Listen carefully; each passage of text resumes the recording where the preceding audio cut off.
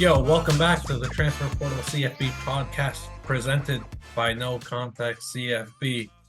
Please make sure to like and subscribe. That would help us a lot. We really like that. Thank you. Thank you. And let's just get into this. I got Matt with me. I got Josh with me. We just watched Duke take down Clemson. We watched the rest of a really good week one. I mean, that went from solid to real good really quick after Sunday and Monday's games, in my opinion. What do y'all think? Yeah, the marquee games hit really well. You wish there was like a really good marquee game Saturday night as well, but Sunday night, Monday night, you absolutely cannot complain about the quality of those two games. Yeah, like honestly, like week one, man, it's week zero, always fun, but like week one when it's like full blast, especially because usually it's Labor Day weekend too, and it's like games Thursday through Monday. Man, this is one of the best times to be a college football fan. And I like that you brought it up, Matt, as did our good buddy Tyler Duke. Saturday night did not hit with the marquee game. That was not a good like prime time showcasing, especially in week one. But let's bring it up. Let's talk about Duke Clemson, then we'll get into FSU LSU and then go over some of the other games. Let's just start with the one that happened at night, Monday night, Duke Clemson. I don't know. Who'd y'all pick? I wanted to pick Duke really You're a badly. coward, Josh. I picked Clemson because I believe You're that also a coward. What are we doing? No, because I believed in Garrett Riley. I believed in him, and then okay. I got upended. So Well, thanks, Dabo. The news This is coming out Dabo's today that it was Dabo's offense and Mhm. Garrett Riley was just running that offense. If I had heard that news last week, this would have been an entirely different story. Listen, hey man, same. if we had heard that Same. news last week, we are hammering Clemson's team total wins under. And their team total scoring points tonight way under. And I'm not predicting a 31-27 Duke win. I'm going like 24-14. That is for Dabo to just casually bring that up in the pregame interview when he's got his AirPods in, is strolling around the field. Nuts. Unbelievable, awful decision. Like the graphics department does a great job, but honestly, if we had just had a little bit more time, be like, hey, can we switch these? Can we switch our picks just real quick? And they could like, yeah, we got you. But like, we're not going to make them do that. So like, again, Dabo, this is all your fault, man. It's all your fault, dude. You ever just hire one of the best slam dunk offensive coordinator hires of the entire offseason and then have him run the Clemson offense? Dude, can you guys apologize to DJ? Can everybody apologize to DJ? Hey, I said when I was watching him on Saturday, I said, hey, or Sunday for it was their game. I said, hey, it's looking like Clemson might have been the problem. Mm-hmm. I've always been a DJU fan because of the QB1 series. So like I've always liked him because like he seems like a cool enough dude, and the family seems like fun and everything. But like, man, just like I tweeted out from the transfer portal account like, man, I think Andrew Luck would be bad in this offense. Like, this offense is terrible. It's so bad. The Trevor Lawrence being able to succeed in the way he did is super impressive when Dabo's spamming QB power over and over and over again. I feel bad for Cade Klubnik, and I'm going to keep the same things going for him this year that I did for DJ in years past. This offense, this scheme, this system does not set a quarterback up for success.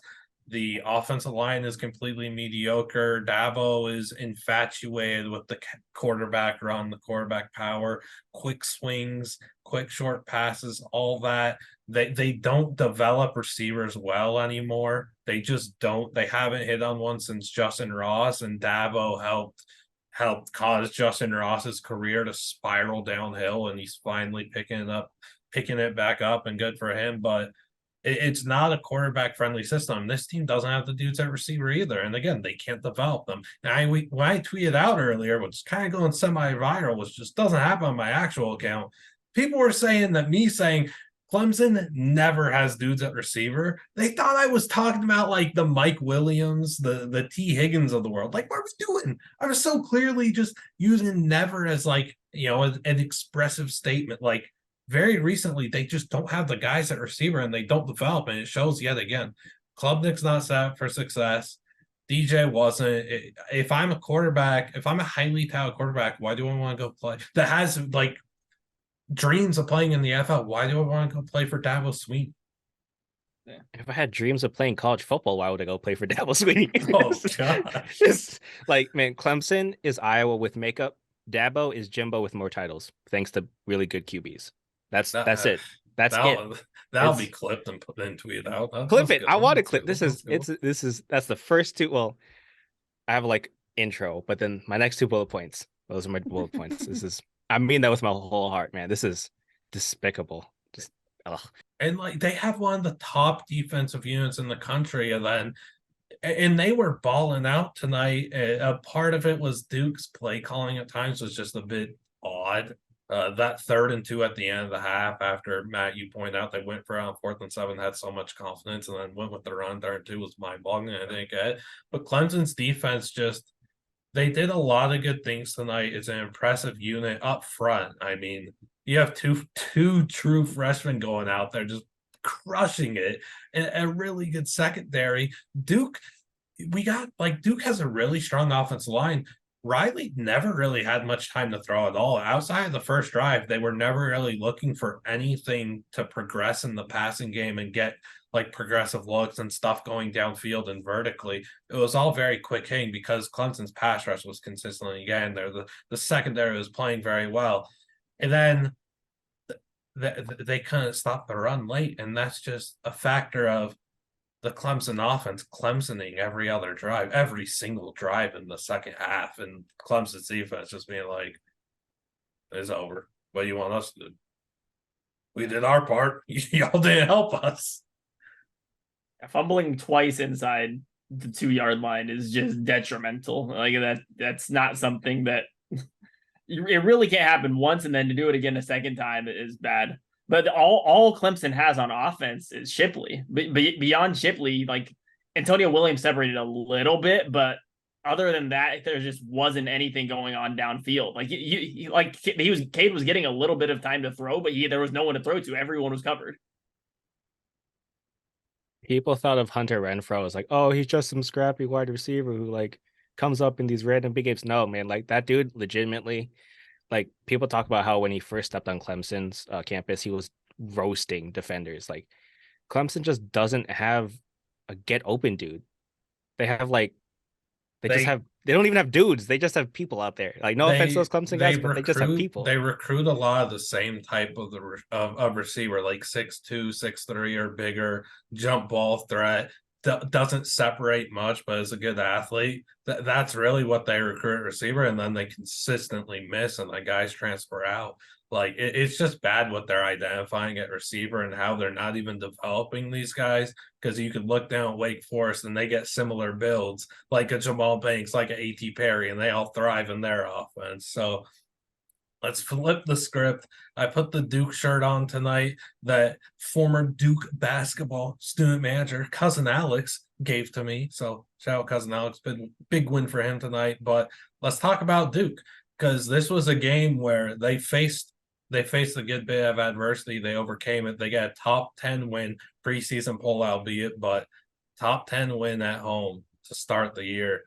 They got a gross win tonight, and I'm very happy for them because, as you guys know, I think that this team's a top 3 team in the ACC, and I have them making the conference championship game.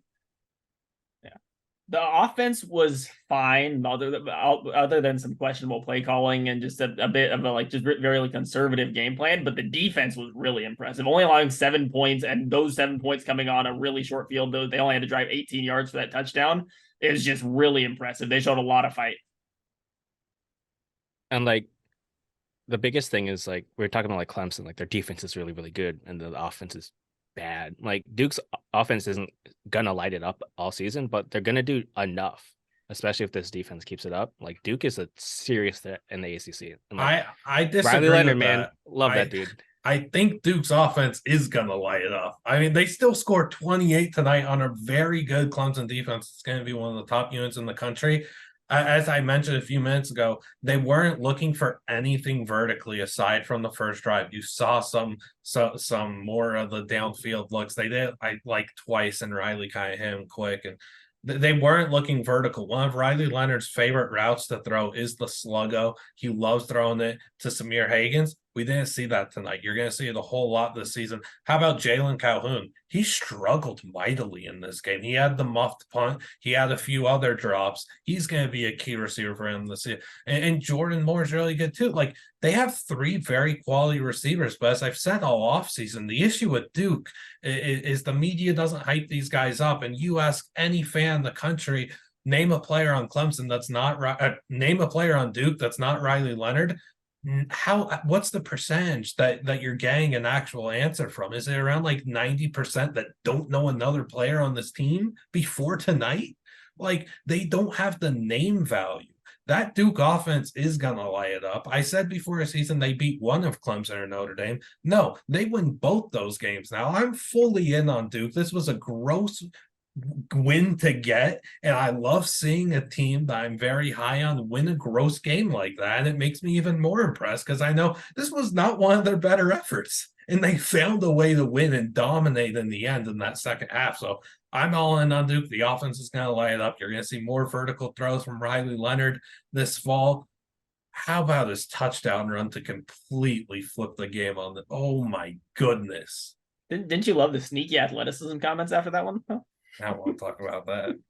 Like, they literally showed him throwing down a 360. Like, it was in our interview video. Adam edited footage of Riley throwing down his 360 and his windmill and just dunking on fools in high school into the interview. Yeah, and they showed it. They showed it during the game, and then they're still like sneaky athleticism. It's like, come on, guys! He's one like, of the best athletes in the country. He just is. The only reason people call him sneaky athletic is because he's a white quarterback, which is ridiculous stuff. I really like the confidence that Riley and just the offensive coaching staff in general showed in Calhoun, because after the drops, after the muff punt, after a false start penalty as well, he had a bad little stretch in that first half. On that 4th and 7, they still went to him in a 2-point conversion to make it a 14-point game. They still went to him as well. So I really like the confidence they showed their number one guy there.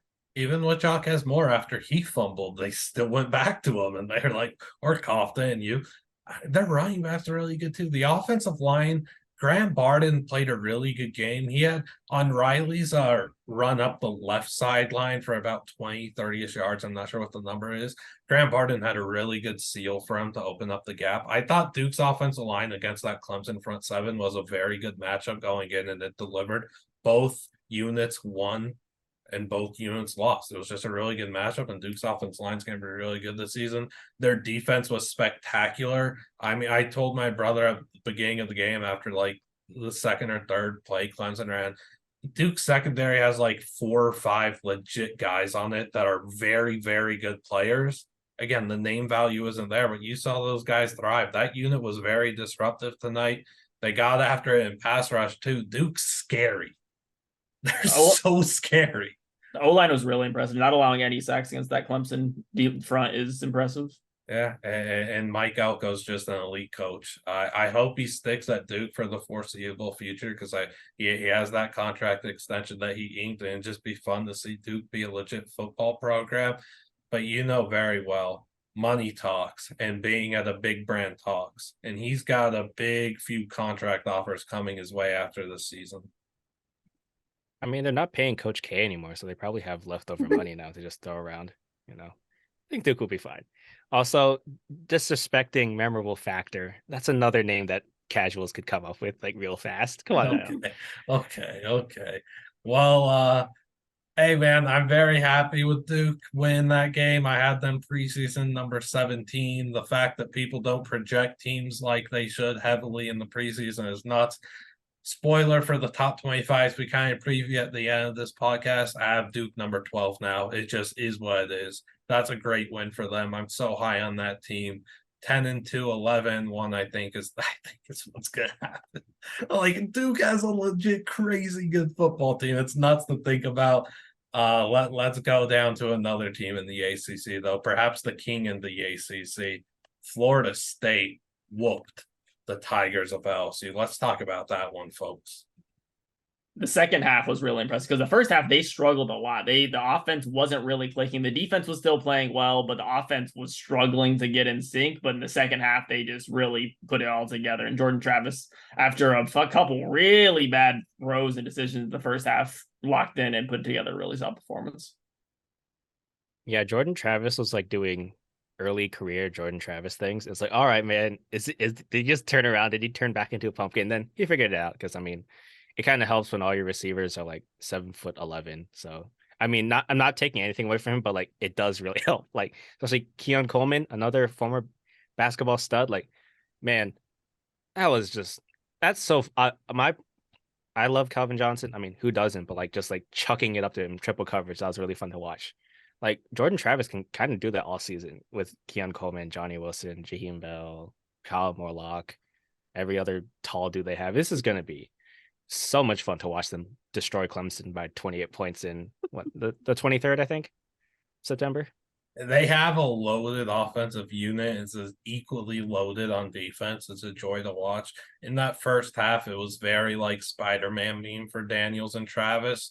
They were playing the same kind of game. It was tough to watch both of them do that. And then after Jordan Travis made that inexplicable throw that should have been picked off when he was backed up against his own goal, his own end zone, he really turned it on. He flipped the switch. He got rolling, and that was really good to see. Um, yeah, let's just keep gushing over Florida State before we go to the LSU side of things here. Jared first really didn't accumulate many stats. He didn't stuff the stat sheet, but his presence was felt. LSU identified him before every snap when Verse was on the field, and they made sure key in on that guy, make sure he doesn't get to the quarterback. He still had Hugh Hurries. His presence was felt in a big way, and it opened up the game for some other Florida State pass rushers. DJ Lundy played a really good game. Someone that really caught my eye was Patrick Payton coming off the edge, number 11. Big frame, long arms. He's going to be a very enticing NFL draft prospect thanks to his just pure speed too. Well, that FSU front seven's disgusting. Yeah. Verse was like a millisecond from a sack fumble too. It got ruled an incomplete pass, but he was a millisecond And brought from that down arm not with the moving forward. hammer. And like the thing is, like, we didn't really see much from Florida State secondary to like really like see like how much of a test like they needed to go up against, but because like the front seven was awesome, and honestly, if it just continues like that, who cares about seeing if the secondary is good or not? They're not going to have to prove it. Pretty sure they're going to be fine if they do have to go up against a substantial test. But like, yeah, that front seven just had Daniels in a blender. Like he got out a few times because he's a really good athlete, but sometimes like you could see it. He'd take the snap, take a step. He's like, all right, I gotta go. It's like, dude, just wait. But he couldn't. He was seeing ghosts out there, like rightfully so. Like sometimes it wasn't ghosts, it was literally Florida State was there in 0.5 seconds. So He literally got into the FSU front seven sometimes too. Let's not gloss over the elephant in the room that was hurtling into the entirety of Florida State's front seven plus your offensive line and getting level. What was that? Yeah. It's the Jaden Daniels experience. I was like Leroy Jenkins, but like worse. Now even Leroy Jenkins would be like, nah, man, we're not doing that. Let's think this one just a second. Just I saw it happening. I saw him like getting ready to go. It's all happening in slow motion in my mind. I'm like, he's not gonna hurdle into just a mass of bodies. Like, because where are you gonna, like, let's say it's successful somehow, okay? Like he clears somebody. Where is he going afterwards? There's nowhere to go. up and punching him in the mouth. Like there's nothing happening. Oh man, as you said, it completely epitomizes the Jay and Daniels experience. And as I have said all off season, they need to make a move to Garrett Nussmeier. It just Daniels doesn't elevate their offense as an LSU quarterback should, as an SEC quarterback should. Nussmeier brings a pure passing game to the field, and they have very capable receivers that would. We saw it last year with Keishon Butte and some other receivers. We see it already with Malik Neighbors and other receivers. Every time Jay and Daniels throws the ball to them, they're complaining after the throw. Whether they catch it or not, they're finding a way to complain. Receivers don't like playing with Jaden, and it's tough because he's a very good kid. He's a very fun quarterback to watch, but like he doesn't elevate a team that has national championship aspirations. He doesn't elevate at all. How Kelly didn't make a move to Nussmeier in the fourth quarter just to see what he has is mind-boggling to me. I, I had LSU at 9-3 this season with a chance to go 8-4. I still think they start 1-2 out the gates. They're losing to Mississippi State in a few weeks. I'm so low on that team, and after seeing how Brian Kelly and his staff mismanage quality talent like a Harold Perkins, I'm so out on them. I'm just out, and I don't want to hear it as an overreaction.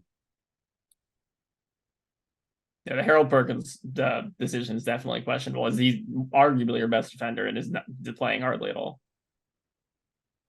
Yeah, from Pro Football Focus, Harold Perkins had a career high 28 snaps in coverage. Like, why? Like this reminds me of when Micah Parsons got Yep. moved to linebacker, and then like they're using it linebacker. And now look what the Cowboys are doing. They're like, all right, no offense to you, but you're just gonna be a pass rusher, which is fine.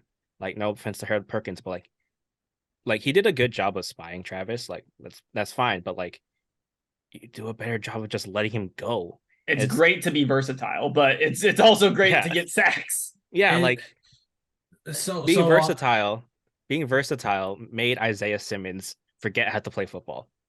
And look what happened. He got traded for a 7th round pick. Like, don't do this. Just let these pass rushers pin their ears back and go, please. So I have a lot of tweets about the Mike. I don't know if it's a lot, but I have a few tweets about Mike Parsons back in the day and saying that kid needs to play edge rusher. Everyone's saying that his linebackers out of their mind, etc. It's the same case here, as you said. If you have a guy that's a menace off the edge with his speed, his power, his force, torque, etc., name a trait. Harold Perkins has it. That's where he's one of the top players in the country. Why would you not want to maximize that level of talent, that monster that you have? You put him in pass coverage for what? How often is Mike Norvell and Jordan Travis just going with a quick hitter in the passing game, or they're just throwing a quick one read throw downfield to a receiver? It happened very often, not all the time, but very often. That limits what Perkins could do. It's just so bad. We saw him come off the edge and scream at Jordan Travis. He got the hurry, he got the pressure, and Travis still delivered a ball to Keon Coleman for the touchdown. That was when Keon was like, hey, throw it to me this next play after a QB sneak, and he got the 50-50 ball, 100-0 ball. Like, Perkins got good pressure there.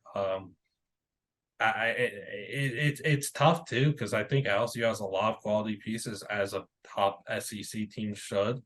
Malik Neighbors is a stud, but Daniels doesn't elevate you. I thought Aaron Anderson, he had 1 touch for 7 yards on a reception, and he gets hit late, and he doesn't get another. Like, I don't know if he got another rep at receiver the entire game because he muffed a punt. I think that's ridiculous, especially when you just look back 1 year ago to the same game and no Neighbors muffed 2 punts, and his season turned out fine. So why you're limiting Anderson doesn't make sense to me. Kyron Lacey had drops, but his footwork's sensational. He's hard to keep off the field. Deuce Chestnut's a really good player. They just got beat by a better team, and I don't know. At the end of the day, like, I'm out on LSU if I wasn't already. I can't take a Jaden Daniels led team to compete at the top of the SEC.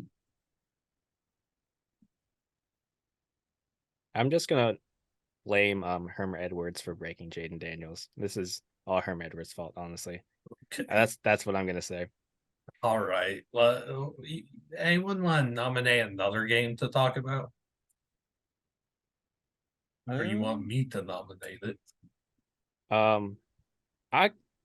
mean, I feel like we should talk about Colorado and TCU. Like, Yeah, I feel like so we should. let's go for it. Kind of feel like we should. Very hesitant there. We're good to talk about. Colorado smacked TCU, wins by 3. Let's go.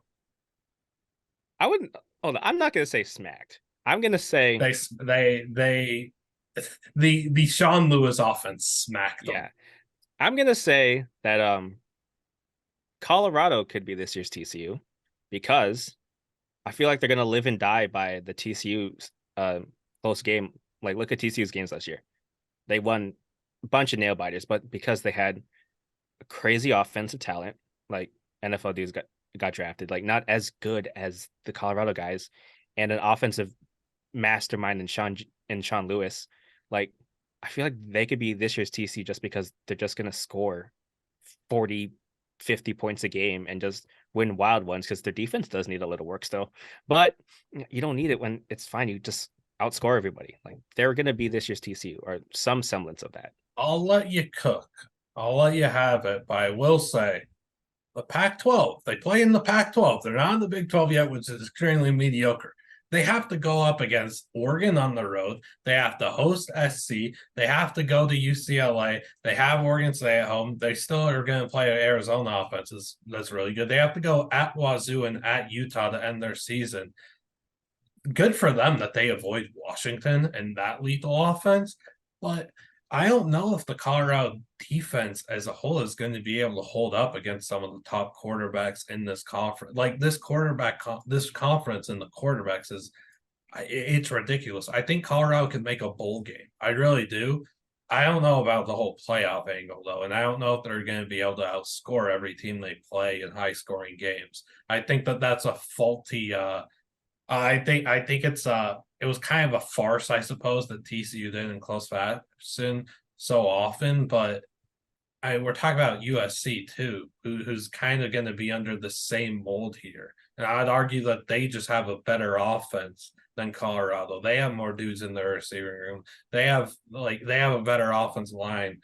I don't think they have a better OC. I'm so high on Sean Lewis and have been for a minute, but if SC is not going to be able to do it because of their defense, I don't see how Colorado can with their defense and their lack. I don't know. I'll get into the trenches thing later, I suppose, but I just can't envision that. But I'm gonna let you cook. I feel like we're going to see this, and we have started to see it, this mold of team a lot more because we see it with USC. We see it kind of with Washington, whose defense is a little better, but still their defense was good. Washington's defense is actually good. Devon Banks is breaking out this year, and he's going to be a huge CB1 for them. Shut down.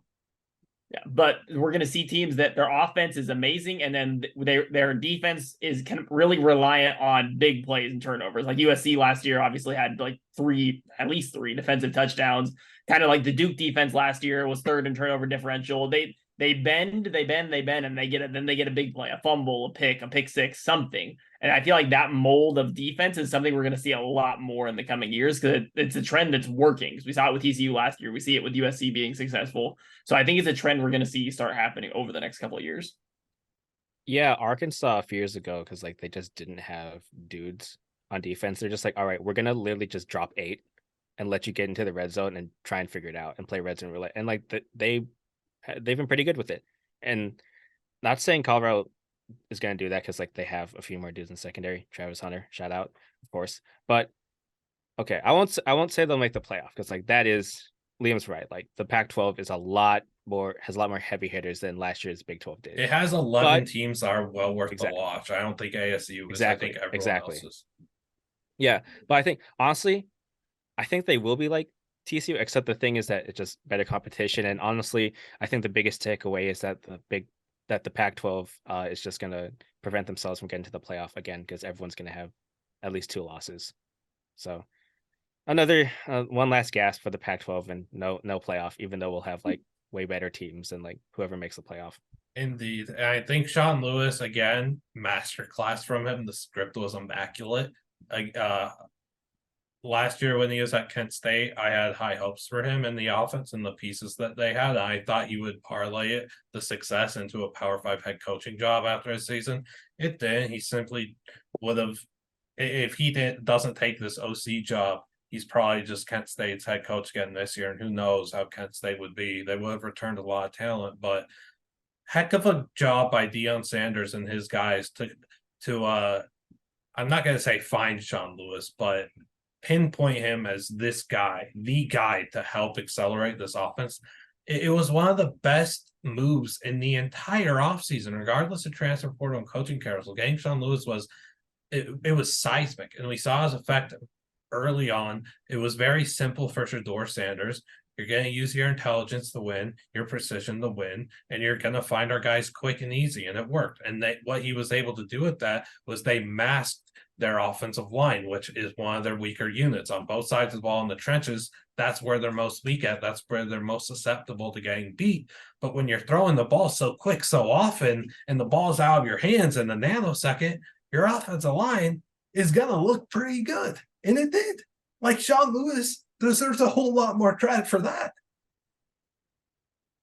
But yeah, at the end of the day, congrats to Sean Lewis on the massive payday that he's getting in December at the Power 5 for a head coaching job. Good for him. So he'll be the head coach at who's firing their coach first? West Virginia. Nah, Jimbo's gonna go there. No, I said West Virginia. I said West Virginia on Saturday during the game to my brother. Said Sean Lewis to West Virginia, just Sharpie it. And, I mean, to bring back the fans, Rich Rod high scoring game or high scoring era. It's just a lot better offense, but because his flash fast offense could win a lot of places, and what he does very well is he distributes touches and just between so many key players. We saw it last year with Cooper, with Williams, with Cephas, with Walker. We just saw it on Saturday with 4 receivers going for 100+ receiving yards. That's nuts. One of them was even a true freshman running back. But we'll move on to the next game. I don't even want to talk much about TCU. I think they're just overrated for the jump. They weren't in my preseason top 25. I don't know where you guys had them. We have emergency Riley Leonard content here, who is on the field telling his professor to excuse his homework to come in late instead of tomorrow. What a guy. The professor doesn't do it. We might have to talk to him about his tenure. I mean, I've been there. Like, it's due date midnight. You've been there, quarterback winning, upset win on your home field. Okay. I was sitting on the bench of my intramural basketball teams. As we won titles. Equally important, yeah. Nice. Yeah, it's like, oh man, game's done 10:30, and then it's like, all right, let's play like one more game, just like another pickup game, like after intramurals like clears off. And so, oh no, I got a thing due. Oh well. Sorry, just excuse me, I was sick. That's what I would have said. But yeah, Leonard was on national television. Doesn't have my sick excuse, but this is a pretty seriously, Duke. Just like I said, just cancel classes, man. Just you would do this for basketball, right? You do this for men's basketball. Probably would if Duke was ever down bad. Like truly, just cancel classes. Oh, that kind of encapsulates Riley Leonard, though. Just a goofball, great player, better dude, though, and I'm happy for the success that he's getting. I don't know how much we want to talk about some of these games, so I think for Utah, Florida, can we just agree that everyone that was Florida stinks. Billy Napier, I was wrong. He is not the man at Florida. G5 Billy, as they're calling him. It's not going to work out here. There's rumors that there's rumors that Trevor Etienne wants out and is going to just sit out the season and transfer immediately and just play it. Like, those are rumors that are out there. An SEC team was out physical by the most physical team in the Pac-12, Conference of Champions, baby. What a great next 2 years that'll be for the Pac-12. Just real quick on Billy Napier. It's kind of like Jimbo Fisher's like giant offensive playbook. He has like a lot in the staff. Like, it's been talked about, like, they got this big staff. They're like a lot of minds and they're figuring out, like, I don't even think it's just too many cooks in the kitchen. There's too many what's like below a cook? There's too many dishwashers in the kitchen. It's too many dishwashers in the kitchen. Sous chef is way above a cook. Yeah, sous chef. What are you talking about? No, it's too many dishwashers in the kitchen, man. Just like get them all out. Respect the dishwashers, of course, because like I like a clean plate, but like, okay, sorry, too many. I'm not a restaurant hierarchy guy. Gotta get on that. Like, sorry. I think for Billy Napier's offensive scheme, he needs an elite level offensive line, as we saw at ULL, and he doesn't have that at Florida. And I think another thing is they don't have a full-time special teams coordinator. Normally an issue. So when Florida had, 2 number 3s on the punt return team, that was not good. They're just practicing counting out his money when he gets his buyout, like after let's see, late October when he gets fired, so they can get in on that coaching carousel. I also want to say for Utah, before we move on, I like Nate Johnson a lot. I don't like how Kyle and Andy use him and utilize him. I don't want him to be a gadget, run the ball kind of quarterback. I want him to showcase his arm and then run if he needs to. And when he did that, he ran for a touchdown, if I'm not not mistaken, on a pass play where nothing was there and he quickly innovated and just got to run and scored a touchdown again, if I'm not mistaken. But I'd like to see Nate Johnson play more, even if Rising's there, and just use his arm. I think he's a very, very good quarterback that could start at a lot of Power 5 teams. If Rising's ever if his health is ever a concern again, feel very confident in Nate Johnson to be the quarterback that could lead you. I know Bryce Barnes had a pretty good day. That first touchdown pass was pretty slick, but I think they have a really good quarterback in Nate Johnson as well. Moving on to another game, do we want to talk much about Nebraska, Minnesota, or just say Big Ten West? Big Ten West. It's Big Ten West. You can never take Scott Frost out of those walls, man. He's gonna be there forever. It's just gonna be permanently in there. It's Shout like a out, curse. It's a curse.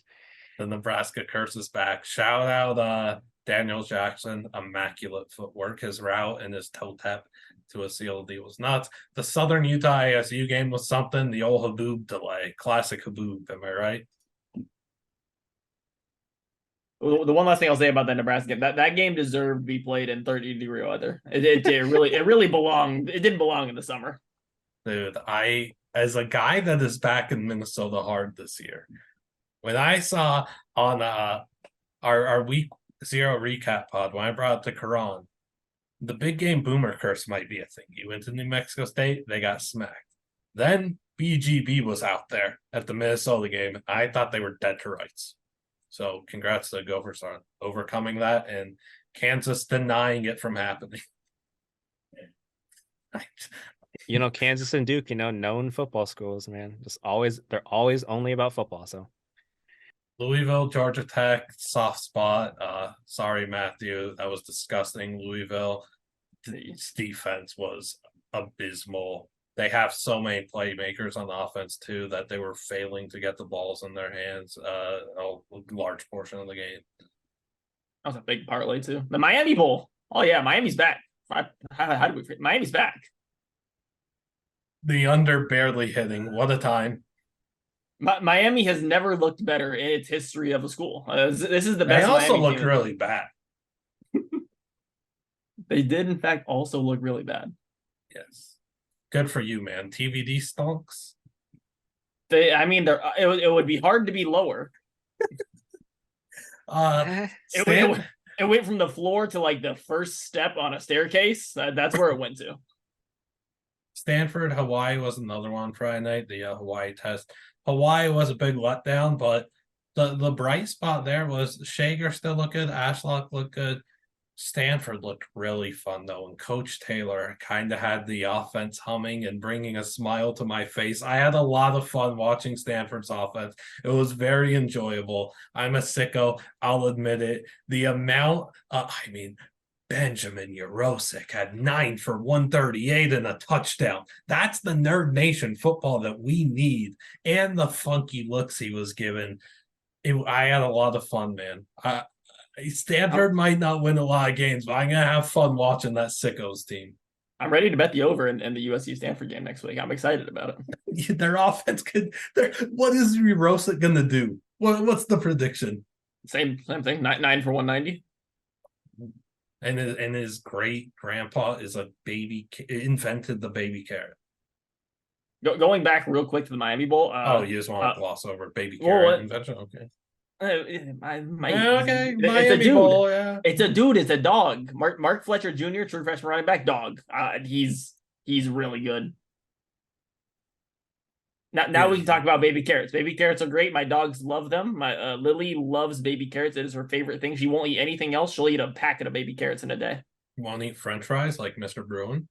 No. Interesting. Oakley will eat anything. Lily will only eat baby carrots and dog food. So the whole baby carrot invention thing was really weird to me because 2 weeks ago I was on Wikipedia, and what was I looking up?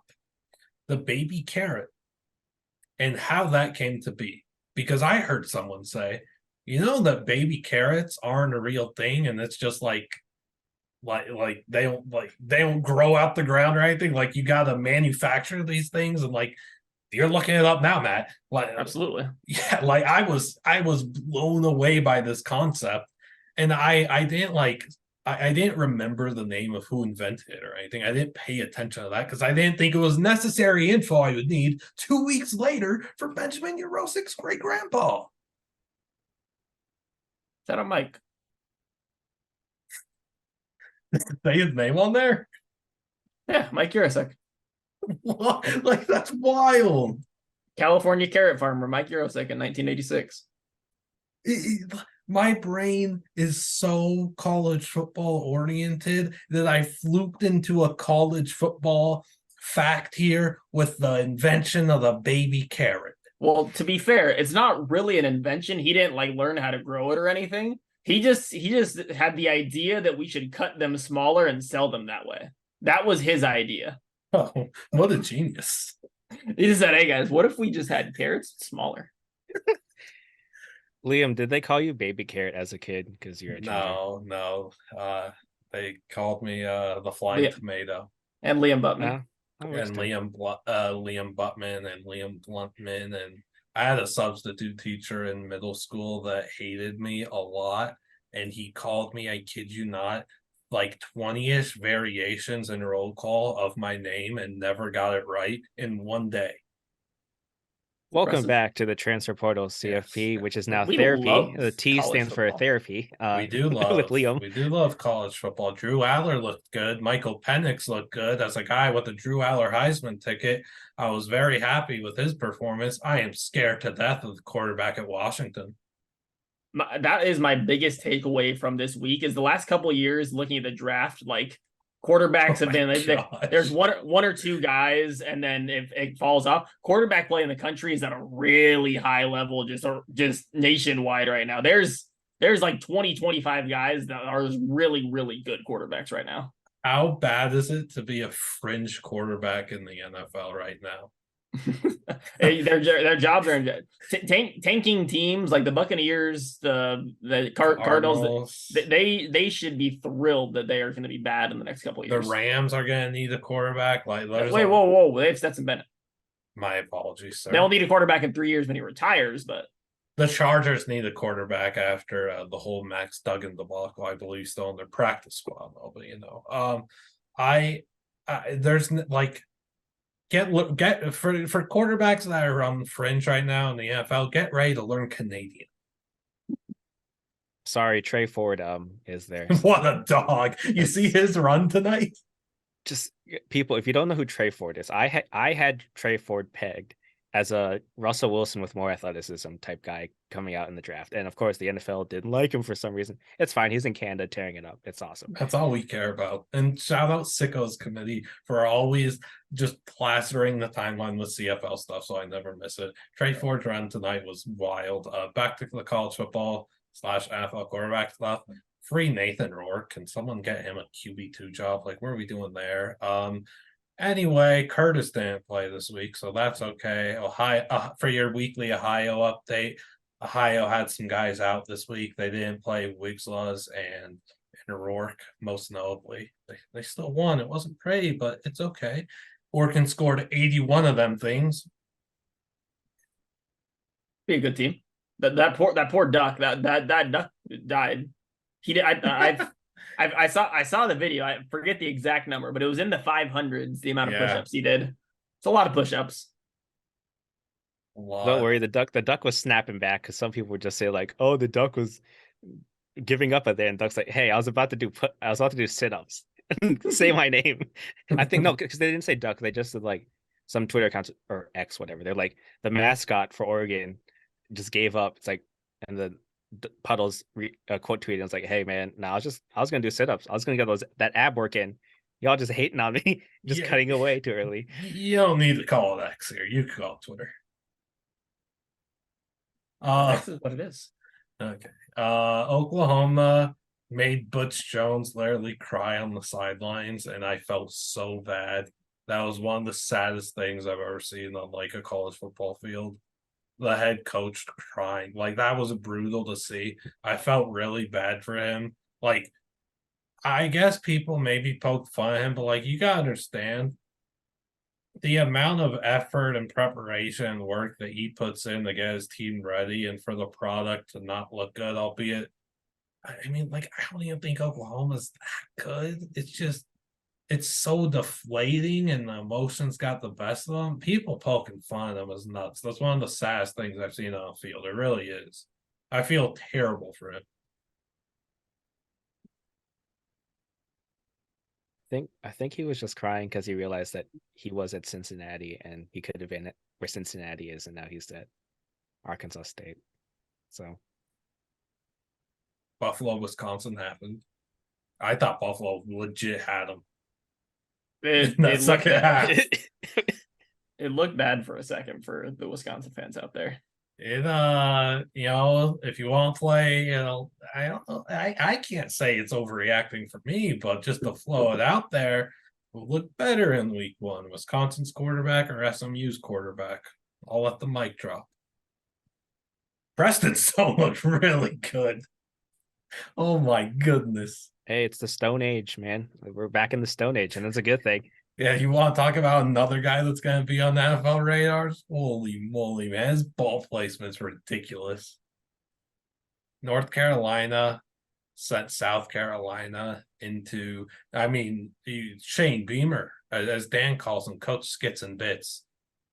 That offensive line is bad. Complaining, too, about the chain gang not coming out half because they're eating hot dogs. Or so he alleges. They were gobbling glizzies?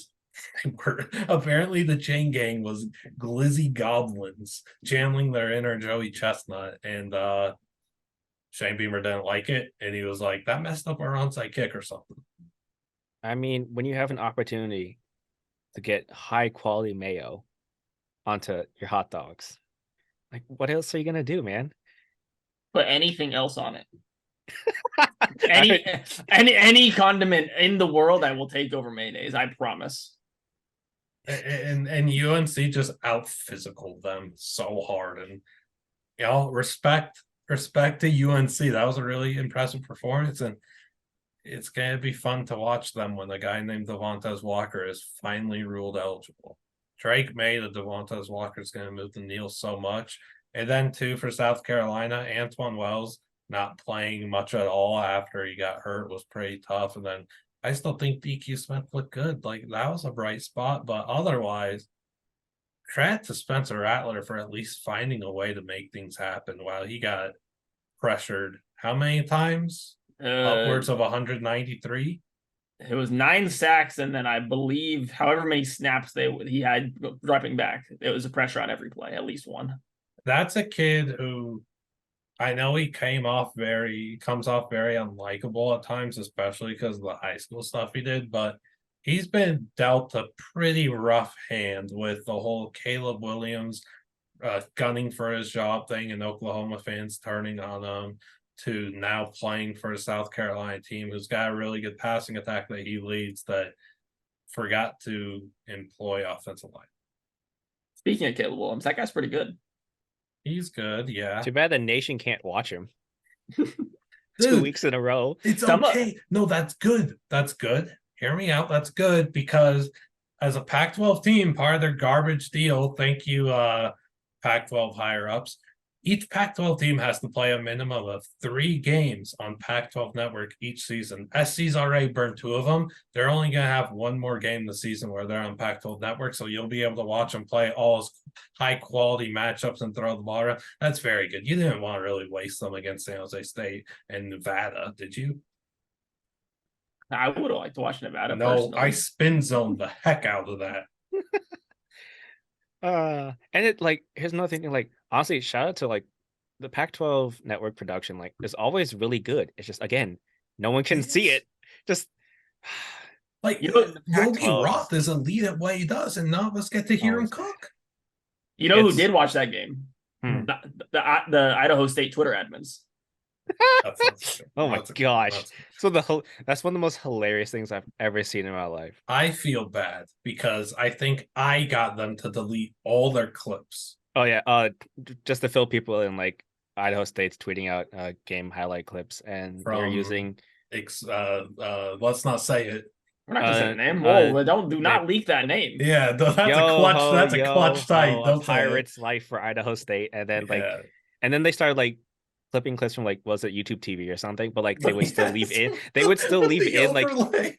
yeah, you know people like when like you hit play right after you pause something like all the stuff's up for a second, then it goes away. They didn't even like cut that out. They're just like, all right, whatever, man. It Like you would be got us. there We'll just for like we're 8 paying. seconds. It's, Couldn't see half the clip. I felt so bad, and then like me and Sickos Committee were like tweeting them, begging to DM us so we could help, and they didn't DM us. They didn't want help. and like Ugh. I feel their pain because like tweeting out a bunch of highlights and stuff, like it's hard to like sometimes get highlights. But Yeah. like it's pretty easy to crop, guys. You Yeah. can crop the screen a little bit. Tiny bit. As someone who has done this for a few years now, it is it gets tiring doing it for like however many hours a college football Saturday is on top of every other game day. And sometimes you'll just have a lazy moment. I remember tweeting out a watermark with the same service, a different service, a different streaming site. It He was legally did it through yes, cable stuff. yes. Yeah, it was the ABC watermark. Yes, it was Oregon's mascot dressed up as a sheriff with fake like pistols, and I had the watermark on there, and I was so furious at myself 30 minutes later when I saw it. It's tough, but like, hey man, I'm trying to help you guys, and they don't want help. No, I needed help because South Alabama got pounded, and I feel like an actual idiot. That was a disappointing performance as a South Alabama fan. That me, you, and Dan need to like hide in the bushes for like 3 minutes and then reappear with all our other good takes because that was a really bad one. Mainly, their defense for me was the biggest disappointment of the week because that is a Tulane team that lost their top running back and their top 2 receivers. And Michael Pratt looked absolutely clinical against them. He had 1 incompletion all day. The run game did not have any issues moving the ball. Like that, they just didn't put up a struggle at all against that team. He only had 15 throws and he threw 4 touchdowns and like 300 yards, and anything they wanted over the top he got for free. It was astonishing to see. I really can't believe it. Pratt threw for 20 yards. As someone who wrote the Tulane preview for the preview magazine, like a little bit biased, I was high on them. I had them like potentially sneaking into the playoff if everything goes right for them. Because like I thought they'd go undefeated. But like, yeah, like you guys are right. Like I was like, I don't know about the receivers. Like I believe in Michael Pratt. I think he'll be able to lift them up. And the offensive line's like really they returned like all but like a left tackle. Then they got like a guy from LSU. But yeah, like you got Jaquan Jackson, Lawrence Keys out there just making plays and Pratt being efficient. Because like he was just launching deep balls to them because he's like, all right, they'll be under it. Is Pratt okay though? Because like I saw like at the end of the game he was like on the bike and they're talking about his leg. Is I'm he sure fine? he's fine. Yeah. Hey man, me and Matt being 2 guys that watch a lot of tennis, that's just a thing tennis players do after their long, brutal matches. They'll just go on the bike, get their legs going again, and it just helps. I can't like specify the whole sports science thing of it all, but it's a cool down basically. Like yeah. All right, just because I was like, oh man, just a little bit worried. As someone who like was high on Tulane, just like but like yeah, that should be all right. That's good to hear. You know, Toledo looked good. So, 1, Jaquan Jackson I actually really like. 2, yeah, Toledo was heartbreaking to see them lose in that fashion because they deserved to win that game. And they cooked up. I mean, they get dotted on, was it 4th and 10 for Illinois to extend the game and then end up kicking the game-winning field goal. Toledo drew up the perfect defense. They had a pass rusher screaming in Altmaier's face. Altmaier makes a really precise throw under pressure.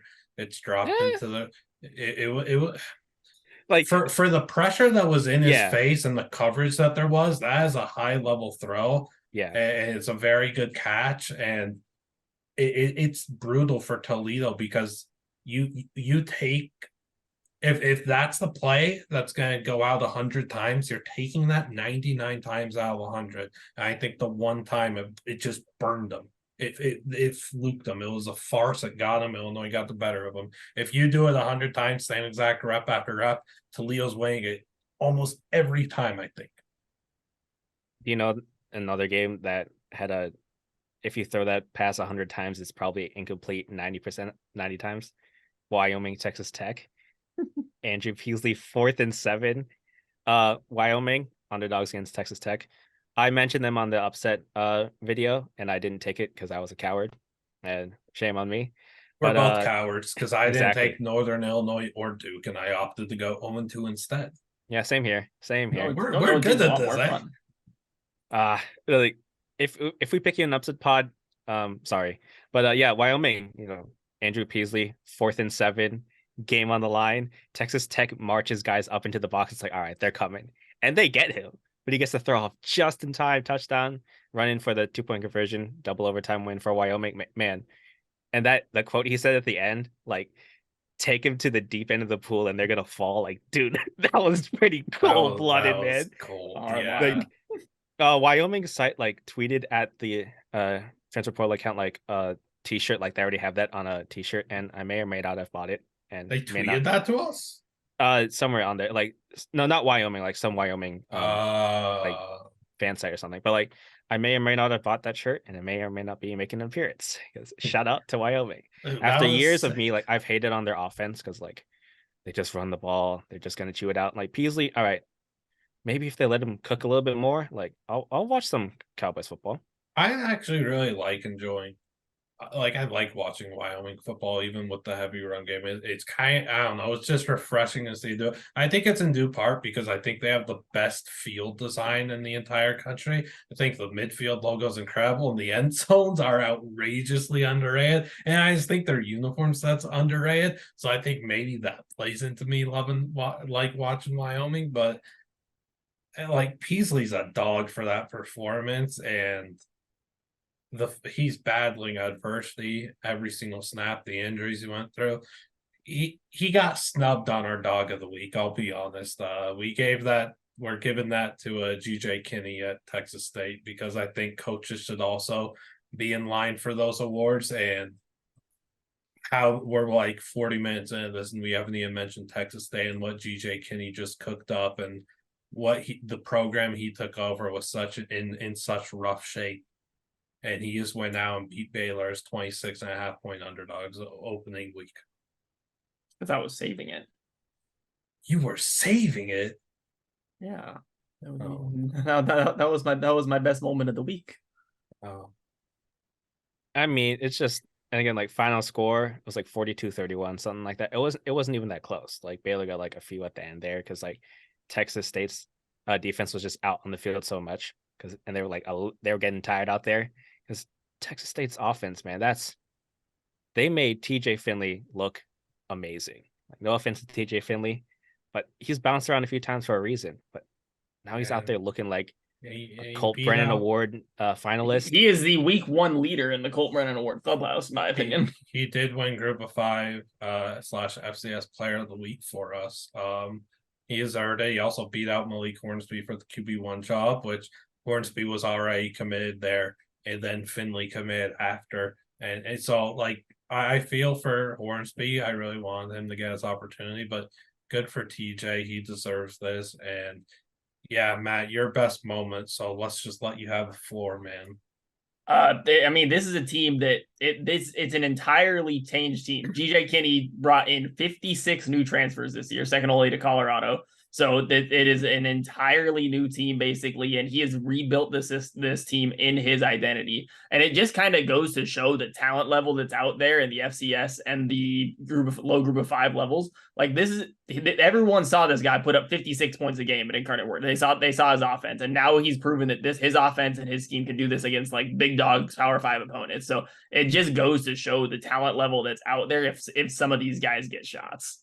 I was absolutely baffled that Kinney didn't get a bigger job than Texas State. I thought the Tulsa job was in the bag for him. I really did. I think Tulsa made a mistake not making that higher. I still think he could have got a bigger job than Tulsa too. I thought he earned it. I thought he deserves it. All I can hope is that the NFL doesn't steal him away from us. If they do, I'm going to be a very sad man. No, it's fine. He'll be taking over at Texas in like 3 years when Sark is out of there.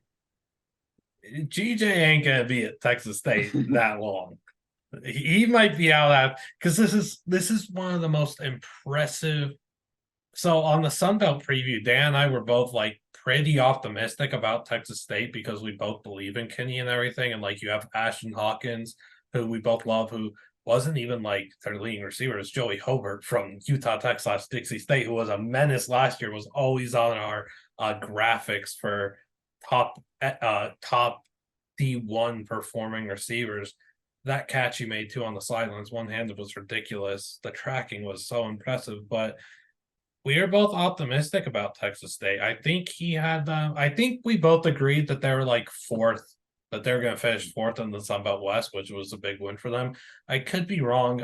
Maybe one of us had them third too. I'm not positive, but dude, we both saw this team as a potential bowl team, like potentially, and it was so like kind of wild to say, but GJ Kinney's just that guy.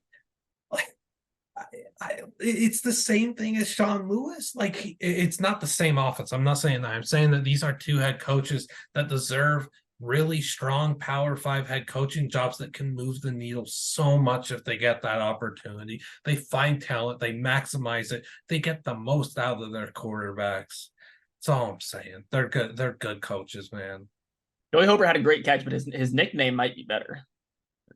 His nickname's Joe Dirt and they talk about it because he doesn't wear any gloves, so he's always just making the dirty plays. So his nickname's Joe Dirt, and I think that's a great nickname. That is a good nickname. Houston wearing those impeccable unis was pretty cool. It was a very hard watch though. I don't think the game was very entertaining at all, and it was really brutal to see Frank Harris struggle. That the complete opposite of last year's game too. It hurt a lot to see Frank struggle like that. His day started bad when College Game Day, Stanford Steve, who I love, and Kirk Herbstreit, obviously you've got to respect, both called him Frank Wilson, an old UTSA head coach, also LSU, calling the 7th-year QB Frank Wilson as if he hasn't earned the respect of his name, Frank Harris, to be said. And I just feel bad for him. He had a really rough day. Stein leaving, that's a big offensive coordinator. That was such a big piece of that puzzle that is gone. Zakari's gone, and DeCorian Clark didn't play. Like, I just felt really bad for him, man. You'd think a Troy South Alabama game broke out there with the way that scoring was looking out exactly. Yeah, it was tough, and Washington State was fun to watch. Cam Ward was in his Duffy bag. They got dogs at receiver. Shaw Smith Wade is going to be, I'm saying, I really think he's going to be a late first-round pick in the upcoming NFL draft. I think he's that good. He had the clamps on Torrey Horton for most of that game. And then Justice Ross Simmons also looked really good for Colorado State. He's my week 1 player spotlight. It was good to see Washington State drop a 50 burger in a game where people thought they might drop that one or it might be close. The Pac-12 is so real. Cam Ward he's so fun. Like, so nice he's chaos. Oh, he's always chaos, but like because he had that one fumble where he's just like holding it out, like just like not just holding it out, like he's just like palming a basketball, and it got knocked out because of course. But then he put up almost 500 yards by himself, passing and running. I know it's Colorado State, but like that was still really impressive. He's so fun to watch. Man, the Pac-12. Some are saying they have good quarterbacks. I don't know.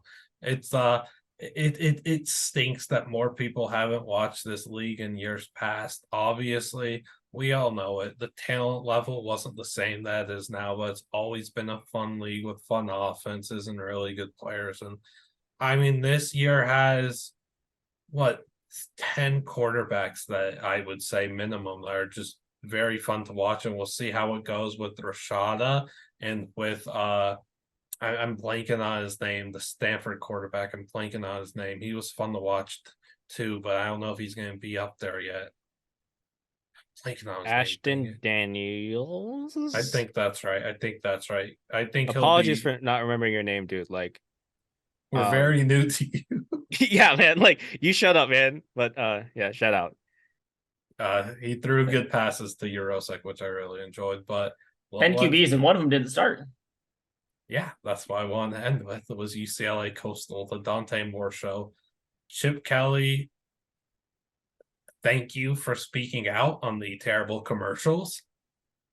I don't understand why Dante Moore wasn't QB1 to start the year. Undoubtedly, we all knew what he was capable of. We all knew that the talent was there. I don't understand starting Ethan Garbers. I don't understand Chip Kelly in the post-game interview calling him Chase Garbers. I don't know what that was about. He was talking about his brother all of a sudden. I don't know what was going on there. It was an entertaining game to watch, and it was a lot more low scoring than I would have thought. UCLA's pass rush really overwhelmed Coastal's offensive line. Coastal let me down, man. Like I picked them, Grayson but also never they just had time to throw. yeah. But even like when he did, like the offense just looked weird. I'm blaming Tim Beck. I don't know, man. That looked weird. And like Dan, shout out to Dan, was going off in the chat because like at Coastal Carolina when they had that 50-ish yard field goal at the beginning of the fourth quarter. That. Yeah. And it's like it's a 4th and 3. You can't. This is an easy pickup for your offense. And they decided, we're gonna kick a log field goal instead. And the game swung there.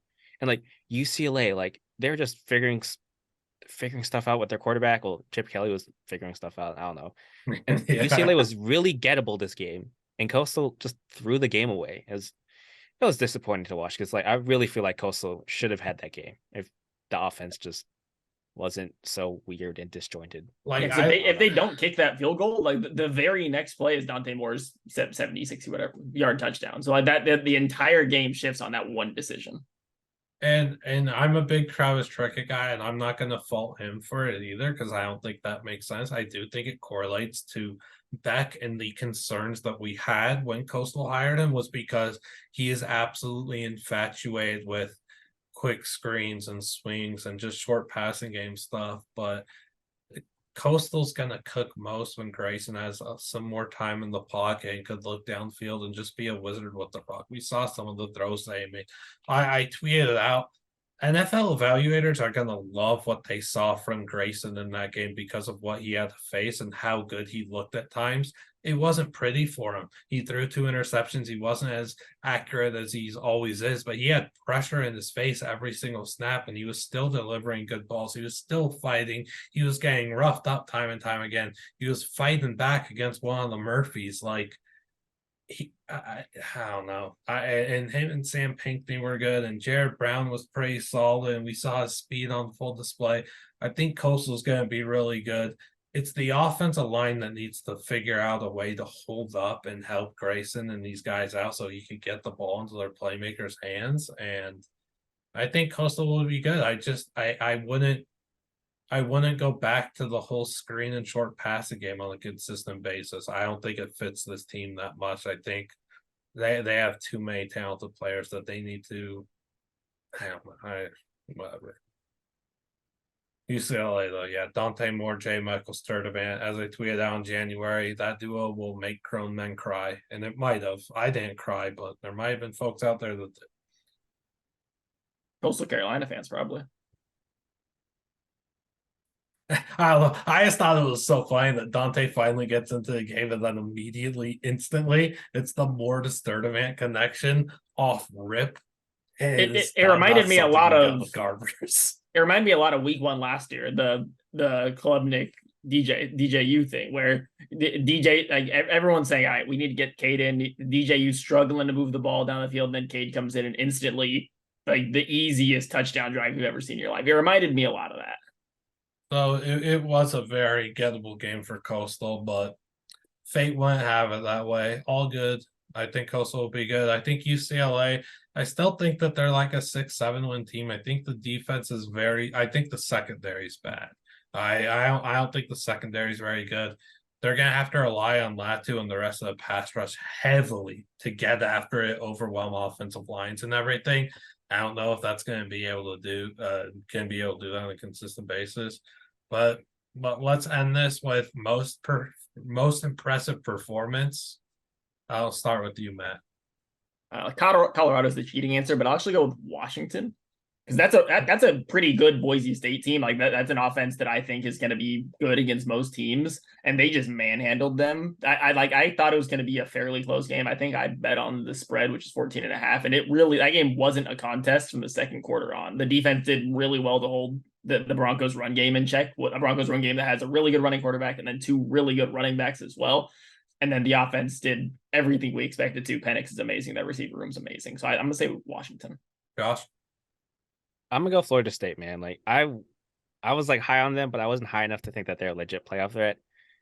I think they can do it because they have a lot of elements all over the place. They got the quarterback, wide receivers, pretty good offensive line, running game. They got the type of running game where it doesn't really matter who's back there. Like they're just really creative with how they set up everything. Defensively, front seven, again, really don't know about the secondary, but doesn't matter if your front seven's really, really good. And I just think that they can really do stuff, and they're gonna just cruise to the ACC. They should have to face Duke, battle against Duke. They do have the they ACC championship. They go to Clemson, right? Spread the propaganda. They go to Clemson, right? I believe. I could be wrong on and that. like road games are tough. And the ACC sometimes it's weird, but they've got pieces in the right spot to really make a push, and the type of conference to get there. And they have this LSU win, and like LSU will do enough that like that's a nice non-conference win just in case FSC slips up somewhere. So really, LSU really will do impressive enough unless you're looking from my perspective. Then yikers. My most impressive performance is going to be Oregon State's offensive line. I don't care that it was against San Jose State. Can we just talk about a unit that made DJU love football again?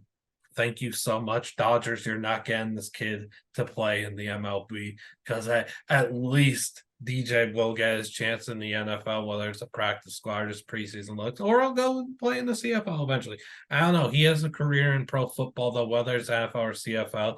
DJ is good enough, and I'm very glad that we get to see his full talent finally on display. He's not trying to throw it 160 miles an hour anymore.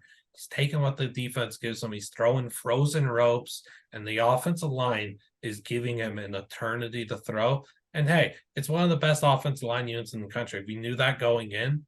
I still think they're the most impressive performance because I don't care who you're playing. You don't see that very often where you're getting these clean pockets after clean pockets after clean pockets every rep. And it's like these five offensive linemen are just robotic. They're robots. They have perfect fundamentals.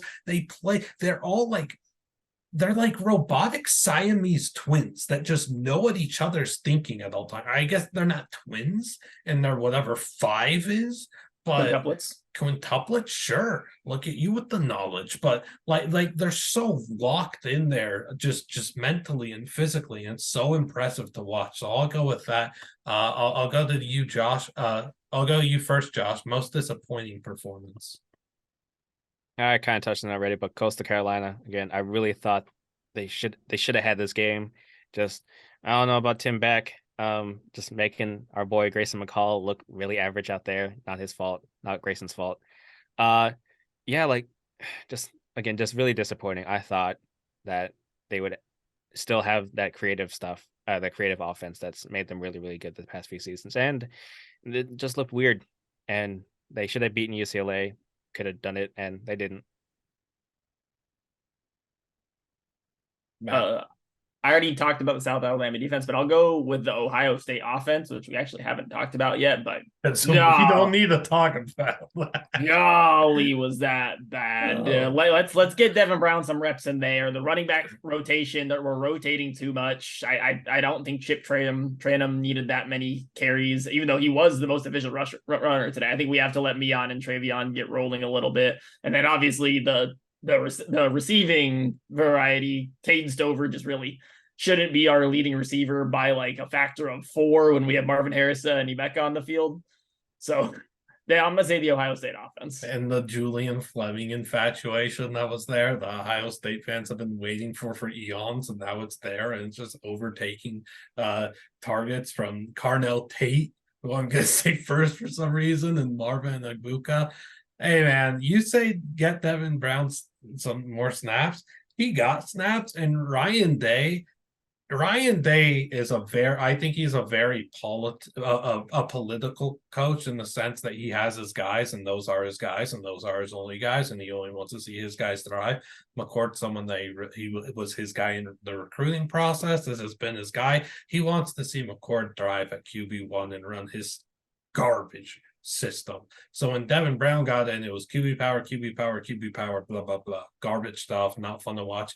I don't even know how well Devin Brown could throw, but I don't think Ryan Day is going to give him much of a chance to throw. And I'm going to stick on the fact that the best quarterback in their room is Lincoln Kindles.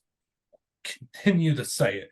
For me, most disappointing performance, one, I'm going to say Dabo for not letting Garrett Riley implement his own offense. I guess it's to be expected with Dabo and the dictator that he is, but it's still disappointing to an extent because they have talent on offense and we want to see their receivers develop and Shipley utilize a high level. I actually thought they did use Shipley and Moffa pretty well, but we want to see Cade not be in a quarterback hatred scheme. And then two, TV networks and the amount of commercials is ridiculous. That has to be most disappointing. And we're seeing there were multiple times this week where they would go to review and then we'd come back from a literal 3-minute break and the review's not over. Like, what are we doing? Again, thank you, Chip Kelly, for calling that out. Player that stood out to you most. Let's go kind of quick on that one. You first, Matt. For me, it's Troy running back Kimani Vidal. Had 248 on the ground, 54 receiving for over 300 total yards. He shows some really impressive contact balance and had some breakaway speed. And going back to last year, this is his third 200-yard rushing game in his last 5. So he's definitely someone I'm going to look out for in the next couple of weeks. Gosh. Yeah, we're gonna go quick, but 2 players real quick. Mikey Keene, Eric Brooks, Fresno State. Replacing Jake Haener and Jalen Moreno-Cropper. I wouldn't wish that on anybody. That's a tough task, but these guys look ready to do it. Keene, 336 yards passing, 4 touchdowns. Let's see, and Brooks, 170 yards on 9 receptions, 2 touchdowns. They beat Purdue 39-35. Went in there and smacked the Boilermakers. And I was down on Fresno State just because I'm like, man, replacing Haener and Moreno-Cropper is gonna be hard, but got 2 guys like this. I think Fresno State's gonna be fine.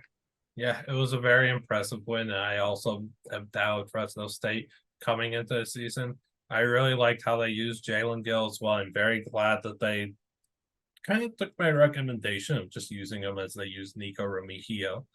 So that was cool to see. For the player that stood out most to me, man, I think it's tough. I kind of want to go with one of my guys though.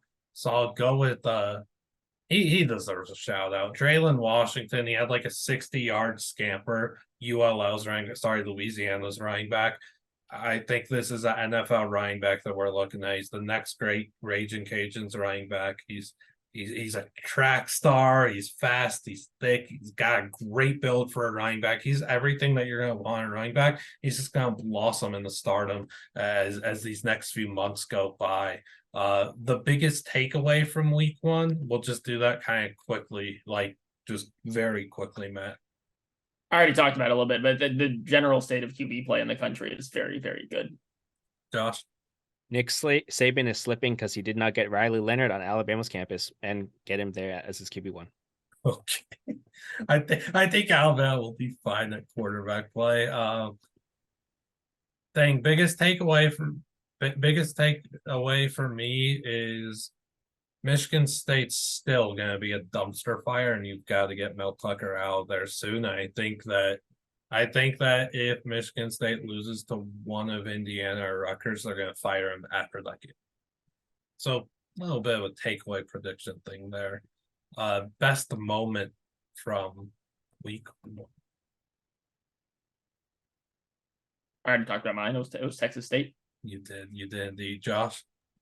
Wyoming and Texas Tech reminding us all that in this craziness of conference realignment and people just focusing on the playoff race as soon as week 0 starts, that, man, just the best games are the crazy ones. It wasn't the best played game. It's very sloppy. There was a weather delay, but man, that was so much fun to watch those Wyoming fans rush the field, man. That's why we watch college football. It is. I was probably going to say that same one as well, so I'll kind of cheat there and say, well, dang, I can't say that one here because Matt used it. Texas State and GJ Kinney. Oh, you guys sniped mine. I'm gonna go with Cosmo, BYU's mascot, skating through the ring of fire. That's what college football's all about, Josh. Oh man. Just Cosmo's the best college mascot of all time. Shout out to Cosmo. He does some insane things, and the environments at BYU are always really entertaining. Even though ain't nobody there having any sort of alcohol, and they're all just hyped up on Dr. Pepper and Mountain Dew, baby. Let's end this with some top 25 stuff. We all filled out our top 25s for post week 1. What do you want to do? Like our top 4 or 5, and then kind of name some other teams, or Sure. Okay, my top 5 is Alabama, Georgia, Penn State, Florida State, Washington, in that order.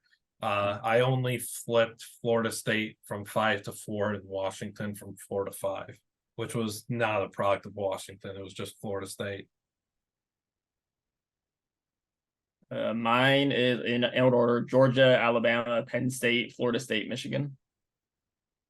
All right, Georgia number 1, Alabama 2, Florida State 3, Penn State 4.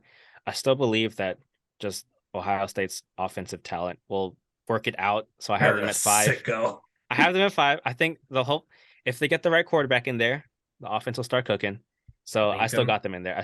I'm still and like the defense. I know Indiana, like it's Indiana, but Indiana was doing some wacky stuff, and for the most part, Ohio State's defense like worked it out. So that's still pretty good. So I got Ohio State in there. Where do you have Ohio State, Matt? 11. I see that. I see it. I have them 10.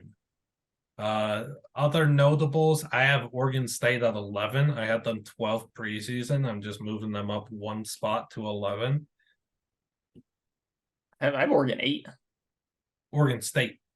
Oh. You have them 12. Oregon State's my 10. Yeah, Oregon State's my 10. you. Because here's the thing. If DJU had been on Oregon State's team last year, they only have 1 loss because they still probably get blown out by Utah because Utah was just a monster last year. Yeah. But they would have won their other games, and it would have been Oregon State and Utah in the Pac-12 title game. And if Oregon State, any given Saturday, they have one of those, Oregon State in the playoff, we were almost there, people. We kind of almost were. Same with Washington. They only lost 2 games by a combined like 6 points or whatever. Another one, I had Duke number 17 in the preseason. They're now my number 12 team, and Clemson fell from like 8 to 19. I think I had Duke 24. They're up to 15 now, and Clemson fell from I think around 8th to 20th. Yeah, I had Duke is my 12. Clemson, I think they were like hovering in like the 9, 10, 11 range. They are now 24 because, like I said earlier, Clemson is just like pretty Iowa. That's all they are. It's just pretty Iowa. So they're just like one above Iowa. I have them just one above Iowa because I do believe that Cade Klubnik is miles ahead of Cade McNamara, but doesn't help that the rest of the offensive scheme is being coached by Brian Ferentz. Can't help but notice that you're a hater, Liam, and you don't have Colorado in your top 25. I think it's ridiculous to put Colorado on the top 25 after week 1. Yeah. I didn't have you put Washington State there. You put Washington State.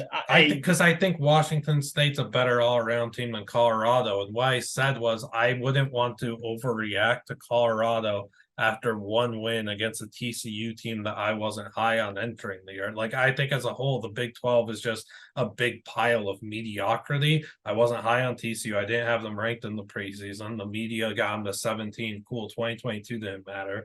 Colorado beats them. Good. That's cool. The first time that I think that we could truly rank Colorado is after, let's see if they beat Nebraska, Colorado State, and then it's the Oregon game. If they look good in the Oregon game, even if they lose, I'll rank them. If it's like, I don't even care if it's a 14-point loss. If they look really good in the Oregon game, I will rank them after that. That's the first time I'll rank Colorado. Coach Prime is coming for you, and it's your fault. But the good thing with me and Coach Prime is we both keep it very truthful and we both keep it real. And he could see where I'm coming from, and he knows that I believe in him as a head ball coach. Coach Prime knows that. We've talked about it.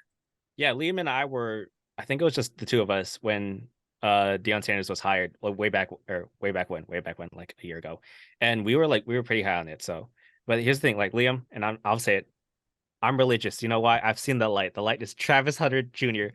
playing 200% of the snaps and just carrying Colorado. Not carrying, but like that guy is so good. It's like He's funny. Like I different. saw like Mina Kimes on Twitter. She's like, "Is it good that they're playing Travis Hunter at defense?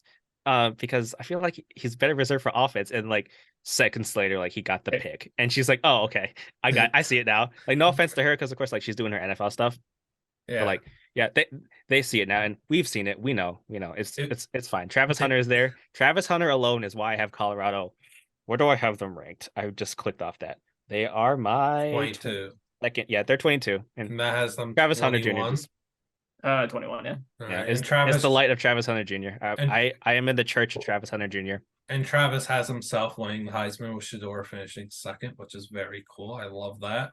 Also Danny Cannell had tweeted out, why are they put what is the point? Travis just needs to play full-time receiver. Why does he mess with corner? And then like 20 minutes later it was the unreal interception, the acrobatics, the diving, the intellect to be able to do that is insane. But again, I'll rank Colorado after the Oregon game if they're deserving of it at that point. That's the first time I think it'll be fair to rank them, because I think the sample size that we're getting from a very new team, newly coached and everything, is fair. That's the point to rank them. I don't want to overreact to 1 week and then have them drop the ball against Nebraska and then be on the wrong side of it and already be shuffling teams.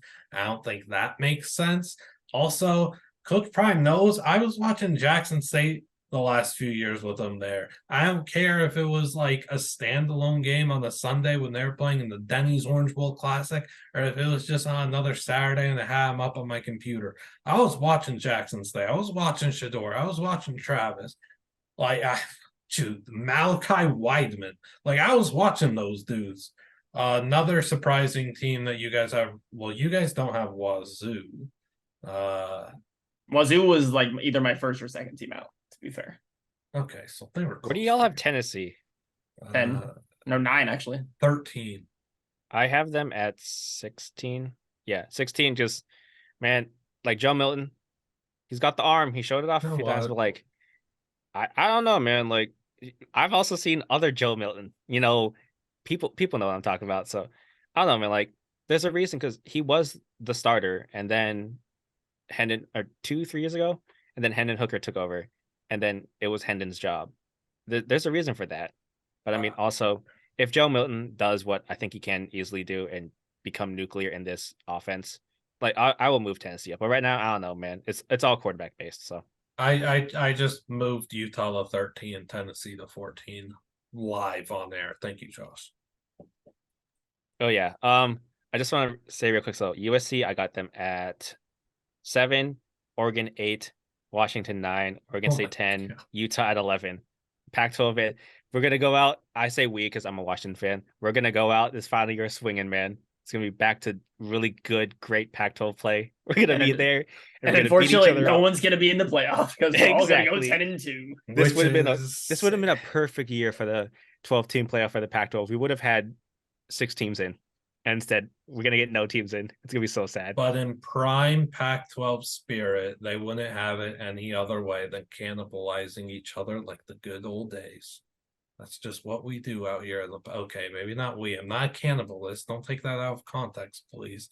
I have Washington 5, Oregon 7, SC 8. Oregon State was 11, Utah was 13, and then Wazoo 24. That's all my Pac-12 teams. Yeah. I have Washington 6, USC 7, Oregon 8, then Oregon State 12, and Utah 17, 16. Did any of you fellas rank SMU? Did not. I was going back and forth with that, and I think just don't know about their defense yet, so I'm gonna keep them out for now.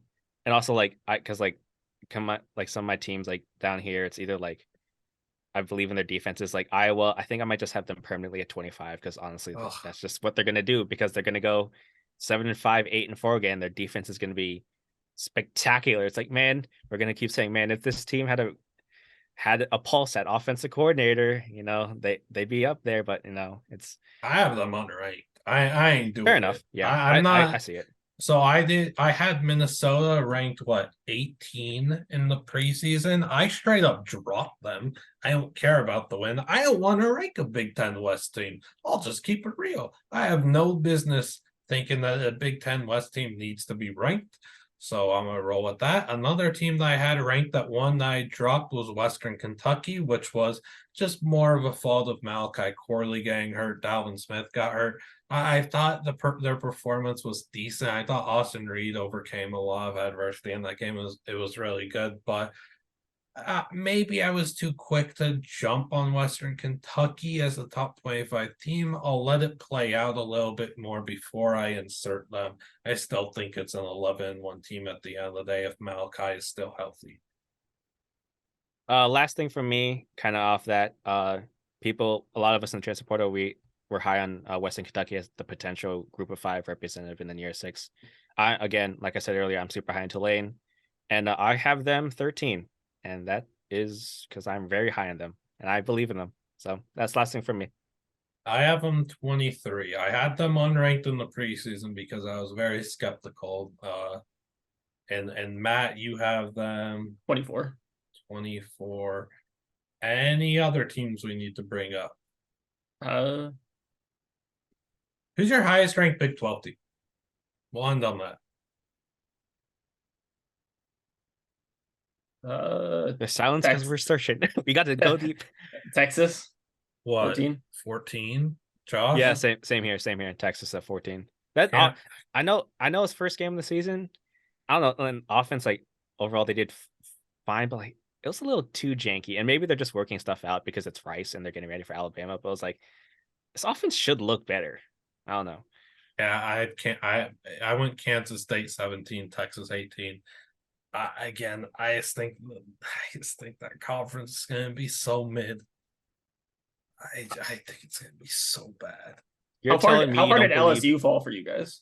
Oh, LSU. That's a good one. LSU is 18 for me because I still believe in their defense. 15. Like it's gonna be good. And like put them 19. behind Tennessee. Yeah, and I think again, like Daniels showed it last year, like he can do stuff on offense. So I think they're not gonna be as high as a lot of people had them, but I still think they should be ranked because they overall just have so much talent, and I still think they'll be pretty good this year. So that's fair. Then where did you guys rank LSU in the preseason to then drop them? I had LSU 10 to 15. What were the drops? 11 to 19. Probably the same range as you guys. Okay. Yeah. So we're not on the top 5 train. Crazy. We ain't the media. We ain't doing that. No biggie. Yeah, that'll do it though for this week 1 recap.